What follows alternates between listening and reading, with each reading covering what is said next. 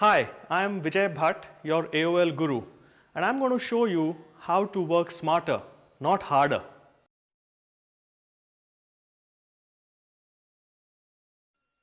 The burden of proof. Innocent until proven guilty. The proof of the pudding is in the eating.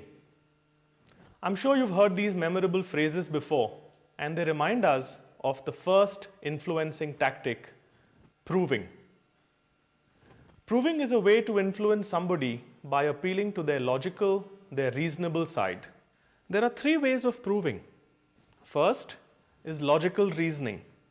In logical reasoning, you basically break up your argument into small chunks and you present them one by one in a sequence.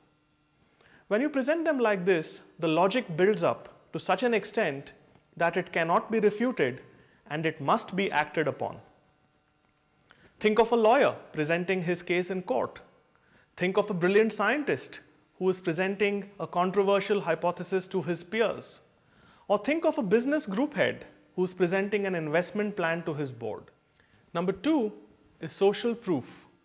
Here the momentum comes not from logic, but from social conventions or expectations. Peer pressure is a classic example. Think of a teenager who is trying to persuade her parents to buy her a mobile phone. What will she say? She'll say something like, "But all my friends have a mobile phone." Or think of company culture. When somebody says to you, "That's not the way things are done in our company."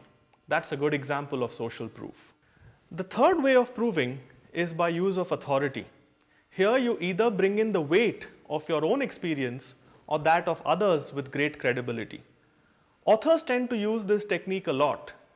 Haven't you heard them say, "This is what Jack Welch said," or in his new book, Deepak Chopra says this.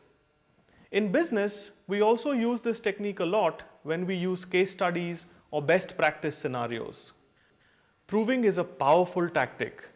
If you do it well, you leave very little room for the other person to maneuver. Because if they resist for too long, their resistance appears to be illogical, even sometimes irrational.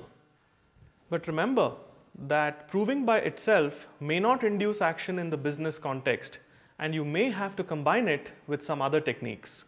I want you to try this small exercise for me. Can you prove that an apple a day keeps the doctor away? Have fun.